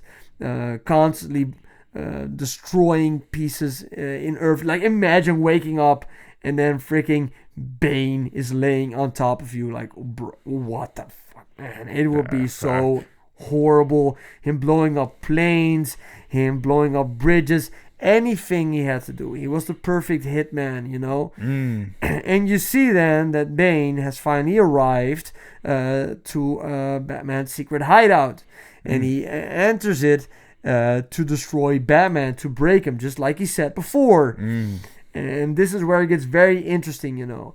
Of course, Batman is really outmatched, and he gets smashed out of his freaking mind, and Bane grabs the axe that Bruce Wayne used to cut him, and he grabs it, and what he does with it is he literally cuts off his freaking arm. After that, he cuts off his other arm, he cuts off his legs, and he starts smashing his face in. He starts smashing his face in until the freaking blade of the axe on top of Bruce Wayne's chest breaks. It is freaking horrible just to take this bloody body back in for surgery to turn him into what they always wanted Bruce Wayne to be turned into, this Batman Bane hawking monster. In exchange, what Bane will get for this is he will get the freedom he always wanted, the life he always wanted, of a peaceful Santa Prisca, of a peaceful country for his people. Turns out that all you just saw was just a wet fantasy of Bane, and actually the people that he broke into were Bruce Wayne's best friends. So yeah, next issue 12, is where it gets really freaking interesting. First of all, it opens with did you have anything you wanted to respond to with the Bane origin or something? Yes, this Bane is diabolical. Yeah, this is like the most messed up Bane I've seen so far. So that's about it. He's a true Bane. I'm a true Bane. Hello. Well, Killer Croc asked Bruce Wayne to kill him, but Bruce Wayne's like, nah, you're my best friend, and I'm gonna need you later. Yeah. Because Bruce Wayne escaped Arkham M, he comes back to his mom, and his mom immediately slaps him in the face. Yes. Because I think it was there for like a couple months. Yeah. And then he's like, oh, look what they did to Oz. And bro, like Bane messed up Oz and all of his friends so badly. Oh, like, shit. Read this part, man. Yes. Hello. Hello. Whoever did this. Hello. Who the hell are you supposed to be? Ah! You want so badly to be big, don't you? The pink gym raw muscles, the lifts in your shoes. Hello. It's an abomination. And he literally breaks every single bone in Oswald's body, turning him from a handsome boy into this little Danny DeVito penguin-esque thing. Like, he literally broke every single bone in his body to deform him. It is so horrible what he did. Fuck. Like, he literally smashed him. He broke every bone in multiple places and somehow missed every single vital organ. It was precise, surgical, cruel, beyond measure. If Oswald lives, he'll be almost 2 feet shorter, and his hands and feet will never be the same. Oh, shit. Also, he made Harvey Dent into Harvey Dent. Basically, this part, where Harvey Dent tries to hit him with a bottle. Yeah. Read this part. Get off him, you!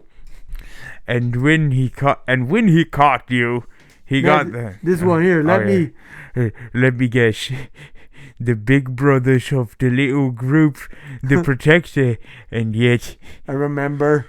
Hello. He just smashes his face in with a bottle. Goodbye.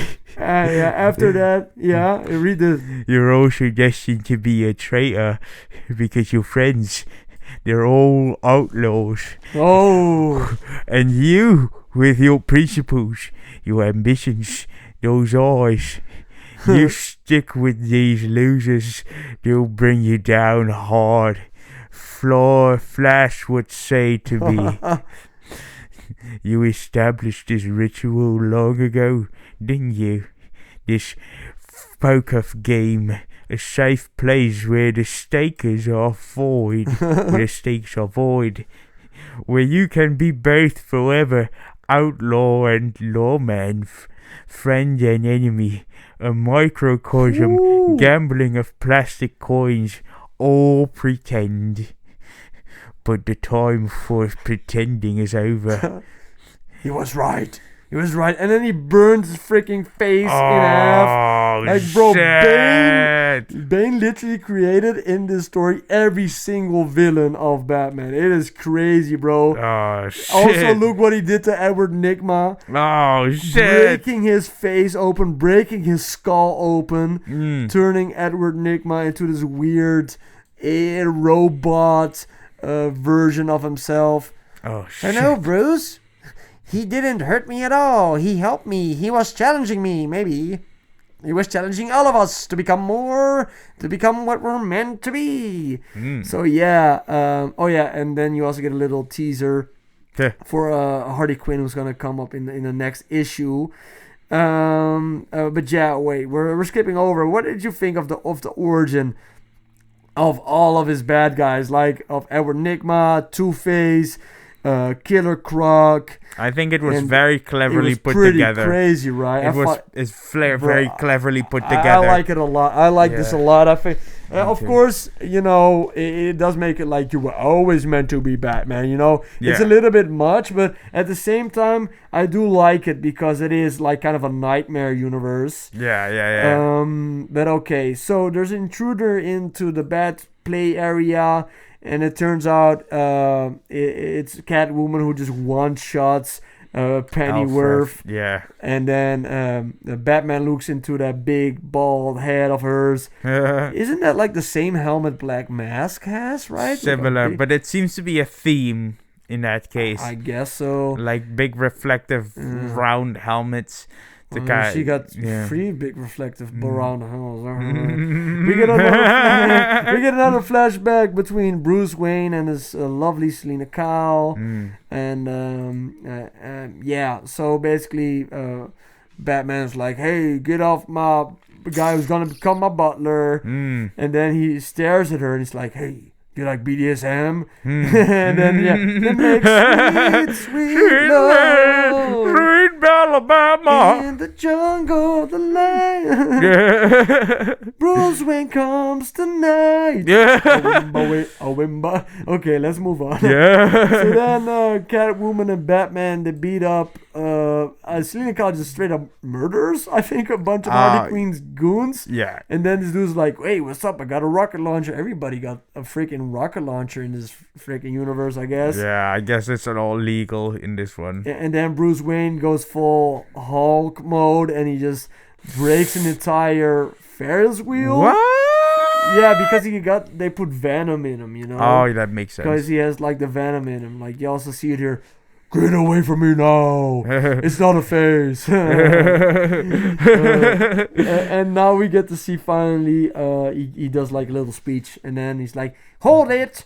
I'm Harley Quinn and I'm bald. Yeah. And look at my nunchucks. I don't know how I feel about this Harley Quinn. You don't like this Harley Quinn? Nah. I like it because it's a little bit different. But I also don't care because the Harley Quinn doesn't really do anything in the story, really. Yeah. We also get another part of Bane being very comfortable being naked. I wonder how tiny his testicles are from using all of that venom. I think it disappeared. God, like I was just imagining him standing behind me and me just saying that. Holy crap. Oh, that would be so terrifying. Would you like to Let me see? just put on the main camera just to check. Oh my god. He's right there! Shit. And that'd be scary, bro. Like 2 balls. I would jump out of the fucking window before I want to get involved with it. With this Bane, I bro. just jump out of the chair, look at him straight in the eye, and say, "Hey, come on, dude, not cool." No, hello. My testicles on stream now. Yes, they're on Streamlabs. Yeah, hello. So the comic ends with Batman being like, "Hey, there's a big society of goofy goobers, and they're all being really mean. And the guy who sucks my butt is Bane, and I'm Batman, and fight me in a football stadium." And of course, who do you need to beat up Bane? Besides Waylon Jones, the monster. Yeah, yes. He just is like, "Hey, here's some turkey." Yeah, no, like We're already at issue 14. Yeah, we're getting to the best issue, man. This is my favorite, man. You also just watched the video about this one, right? Yeah, I did. This is so sick. Yes. So yeah, it starts off with this the weird corrupt politician. The corrupt politician being like, Batman. Villainizing Batman and saying curfew, this, that, oh, we keep you safe, society, that, blah, blah, blah. There's no hidden monsters underneath the street. And then Bane's like, let's catch a rain check on that. He goes to the football stadium. I really like how they undercut, like they also were switching between this fight scene and like the fight scene of Waylon Jones, the Croc. I thought that was pretty sick. And then now it's time for, you can say it. I said, here I am. Where's your champion? Hello. Hello. Now it's my time to say hello. Oh, okay, sorry. And then you got the Harley's big part is just having a bunch of drones record this. Because she's cool like that, I guess. Oh yeah. Your move. Hello. Boom. And then what Batman does is he drops a freaking skyscraper on Bane. Oh shit. I call this move Welcome to Gotham. Yeah. Boom, boom, shakalaka. Click, clack, patty, whack, boom, shakalaka. The way I duck your ass, yippee-ki-yay, motherfucker. The rap give me all you can eat buffet, and my belly is bigger than big papa. Okay, so then we get this big fight between Batman and Bane. Bro. You think I don't see what you're doing, little one? Hello. Locked in, fire. Bang, bang, bang, bang, thunk, thunk. The freaking Batmobile just freaking rams Bane. Yeah. It's just insane. Like Batman is so brutal here. He literally starts taking out his freaking eyes. He starts chopping at him. It is just crazy. Yeah, he's just brutalizing this guy. He's just brutalizing him. But this, we're not different, you and me. I think they're very different. Very different, bro. Yeah. This is so funny, bro. You see like the tiny little Batman. Yeah. Bro, and he starts just smacking him around. Yeah. Which should have easily actually been his death. Yeah. But it's Batman. But this is your part, my bro. The truth is, look at you, and I look at you, and I see myself, young, stupid. Young, dumb, and full of cum. Young, dumb, and full of cum. Hello. But playtime is over with a sock. But playtime is over with a sock. Here's my cock. So go on now. Use it. It's your only move. So what Bane is doing, he's trying to goad Batman and using the venom. Yeah. That's what he's trying to do. And then Harley Quinn yells, "Release the green machine!" And then Shrek pulls up. Release the crackhead! Release the Shrek! It's ogre time. It's all ogre now. So Killer Croc. Hello. No, this is no longer pleasant. Hello. Killer Croc pulls up, just starts like chopping at his freaking chest. Yeah, it's so awesome. Bane is like Batman is cutting Bane open. Oh, you little. It is so insane. Like Bane just swats him away with one finger. Bane is just getting bigger and bigger because of all the freaking all of the venom in his blood. Like this part really reminded me of like King Kong versus like that fucking T-Rex or whatever. Oh, the Peter Jackson film. The Peter Jackson when he like cracks open, like it really reminded me of that. Pretty awesome. Yeah. And then here where Batman just sneak attacks him, rips open his entire spine, leaving him dismobilized. It is just the brutality once again of this Batman is gnarly, man. And this Bane could just inject himself infinitely without... Almost infinitely, but at a certain point, like, he uses more venom right now to regenerate once again.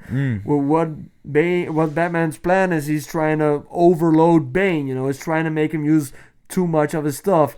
Yeah. I love this part, like, basically, like, the wet dream Bane had about like destroying Batman, or maybe it was like a story Alfred was telling Batman. Yeah. It's basically what Batman is now doing to Bane, cutting off his arms, hurting him more and more, and then Bane starts using more of this stuff. It is just like, what the hell? It really looks like a crazy monster, like an Attack of Titan scene, man. It is so crazy. Like one of these punches should already killed him. Yeah. Definitely, it should. It would have. It should have actually killed him immediately, especially when he like pinned him to the ground. At least broken a rib, Yeah. Like that level of strength and size, he could have easily, without even trying. It's so crazy how big Bane looks right now. Yeah, crazy. He looks like Akira. It is. At the end. You think you can win? You think you can win? Hello. Nothing. Me, I've given everything all so my people and more could be safe. because this is war. It's all war. Hello. But I'm done. It's your turn now. Yeah, Hello. Bane really is trying to get Batman to become his successor. Mm. Bro, it's pretty crazy, bro. Your turn. Hello. Bro, his hand is like 5 times as big as Batman right He now. just full force landed on Batman, and Batman's like, I'm okay. I'm okay. Yes. Oh, boy, he looks really crazy, man. He's growing like fucking teeth and eyes in his chest. Ah, shit. Yeah. Oh, it is gross. Yeah. That's gnarly. Like new faces and new All teeth right. growing out. Oh, you say it. Okay. What? Oh, you mean Alfred? No, Bane. Go on. Use it. Hello. All right, you win, Vanessa. You want me to use the venom? I'll use it, Catwoman. And then Catwoman freaking shoots the venom because they extracted the venom from Bruce Wayne. They extracted from it and they shoot it into Bane. And he freaking explodes. Because they extracted it from him, you know. Yeah. And they freaking shot it into Bane, turning him into this gigantic tumor. Yes. Tumor. And then at the end, I love the part where you see that Batman like puts all of this big gigantic Bane tumor, just dumps him in the Bane tumor waits in the lake. Yeah, it just That won't kill any dolphins. it's just what this is basically showing, and all of the drones are filming this. Like what? the hell? I love how Oswald and Harvey Dent are watching this. I'm really interested to see these characters like the Penguin and Two-Face. I'm really interested to see how they will evolve in later issues. You know, I'm very interested to see that. Yeah. And that was a crazy ending, man. This was such a crazy panel of Bane just bursting out. Like, what the hell, man? It was crazy. It was insane. And then, Selena Kyle gets away with the Venom formula. I don't know what she's going to be doing with it. But I guess she's just going to sell it and become rich or Drink something. it. Do something. But the ending of Bane, bro, this is really messed up, man. Yes. Like, regrowing him in this little tube. You only see his eyeballs and a little bit of his brain. And he's looking at this TV, and then the Joker's talking to him. Want to do Joker? Bane, I just wanted to put your mind at ease. This whole incident, I see it's a minor setback. Now look, I know you were hoping to retire, cede the role, but my sincere belief is that wouldn't make you happy. Not really lying around Santa Prisca with the family. Come on, you love it too much. This is war, so you and your friends. So as your friend, I'd like to help.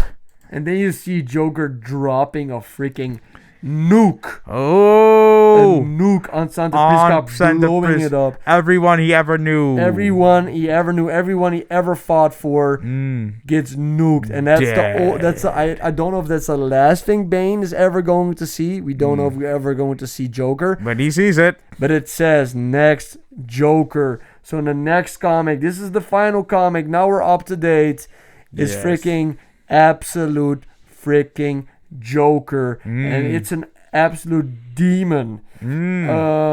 So what we're just getting out of this comic is basically that the Joker is an evil version of Bruce Wayne that has sold his soul to the devil. It is the worst dude ever. I think he even might be the devil incarnate, because that's basically what Alfred Pennyworth is alluding to, is that this has been an entity like Pennywise that has been around forever, you know, saying that this first they were talking about a blood lineage, but later in the story he just says like, no, this is actually, it might have always been the same person that has been I like that Hollywood in this universe is not just Hollywood. Let's go to the last slide.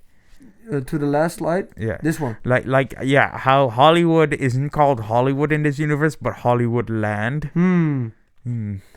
Yeah, so basically what they're saying is that like the Joker always owned like media companies, owned the news, owned the left side, owned And the grew right from side. there, yes. And we see that this character of the Joker, the man who never laughs in this universe, is going to this deserted island, because he's hunting something. He owns a whole bunch of islands. And then there's this dude on this island who's like saying like, oh, there's finally somebody here. Somebody finally found me. And the dude looks, and it's this castaway dude, and he looks at the Joker. He's like, oh no, it couldn't be you, it couldn't be you. Because I guess that the Joker's still looking the same, because he is, I think this dude is literally like the devil, bro. I think this Joker's like a Pennywise type of monster, dude. And just looks at this prisoner that he's held at this deserted island for years, and the only thing he tells him is run. Oh, Run. shit. He takes off his shirt, he shoots him through the leg with a crossbow. Sure. And then you see him start transforming. And this is also the part where Pennyworth starts talking about, like, we don't know what kind of entity this man is. We don't know if this guy is even a real man, The experiments he's doing with infant children to maybe give him his powers. It is so gross. You see him also in the chair with the infants, Yeah.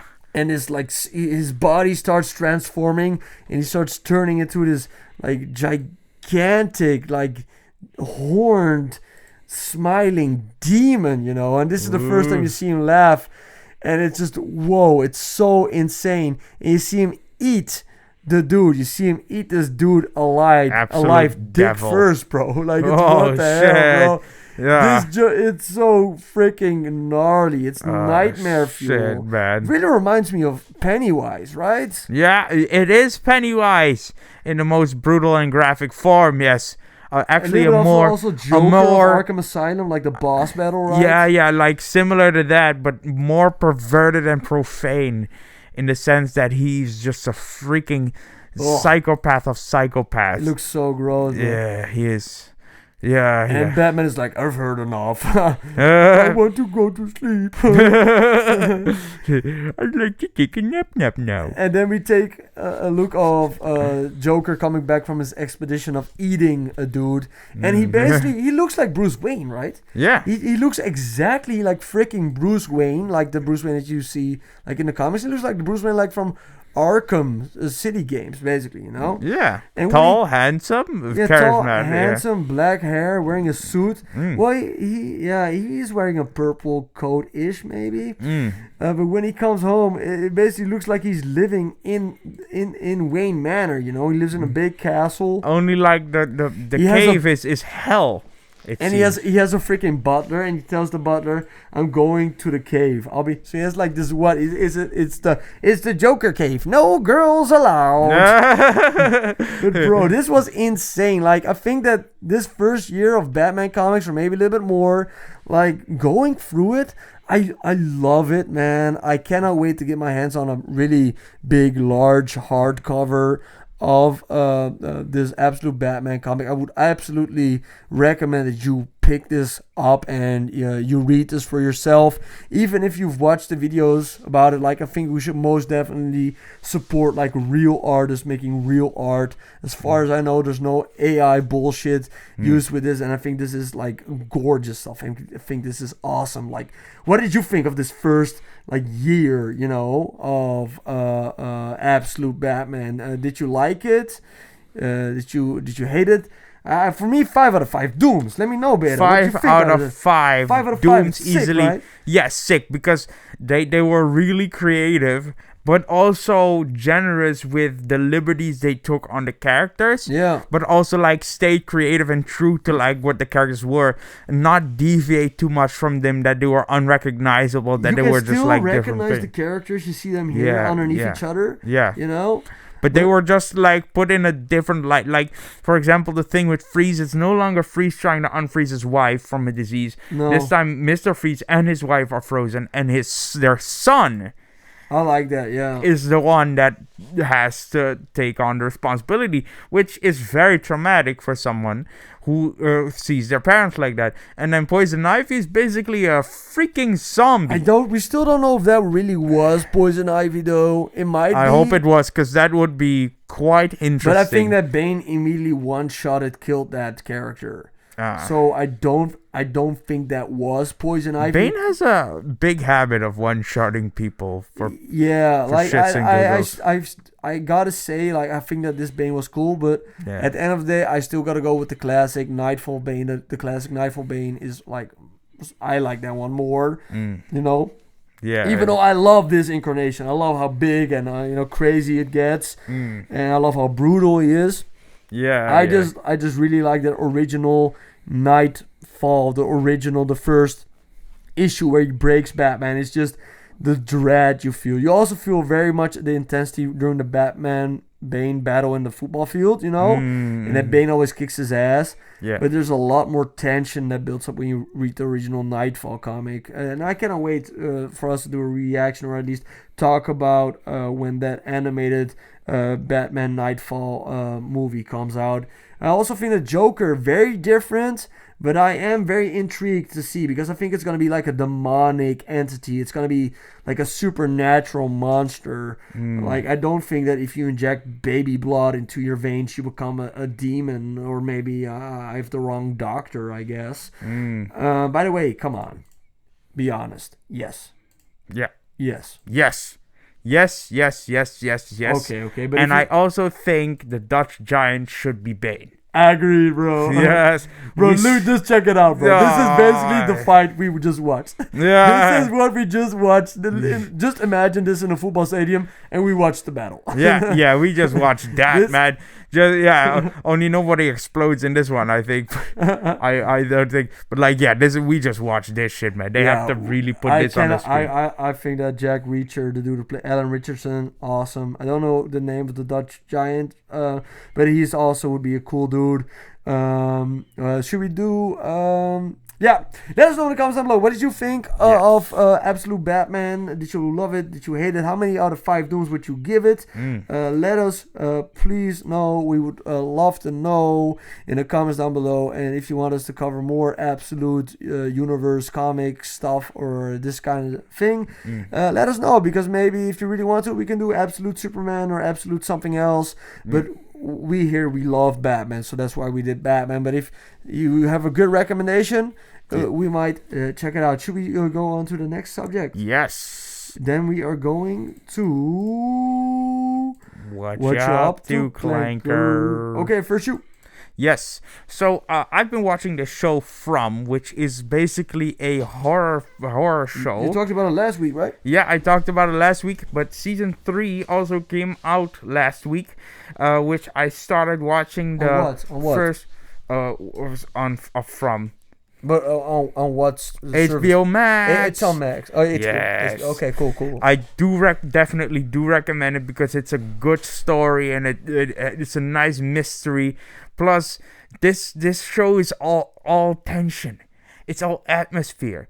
It's more effective horror than most horror films so or it's shows. scary. It is scary, man. Like, this shit. Like, they also made the characters, like, usually horror movies are not good with characters, because it's about the horror and not the characters. But like, I think the characters fill in a lot of. It's kind of The Walking Dead-ish. I haven't cared about these characters so much since The Walking Dead, in a similar setting. Have you watched all of Walking Dead? Not all. I stopped at Negan. When did you stop caring? It's when the baseball came out. Yeah. Other things also were affected that I cannot really come up with right now. But you would recommend this? I would definitely recommend this, because the show is on season 3 and the mystery is kind of unraveling. Like based on a book or something? Or?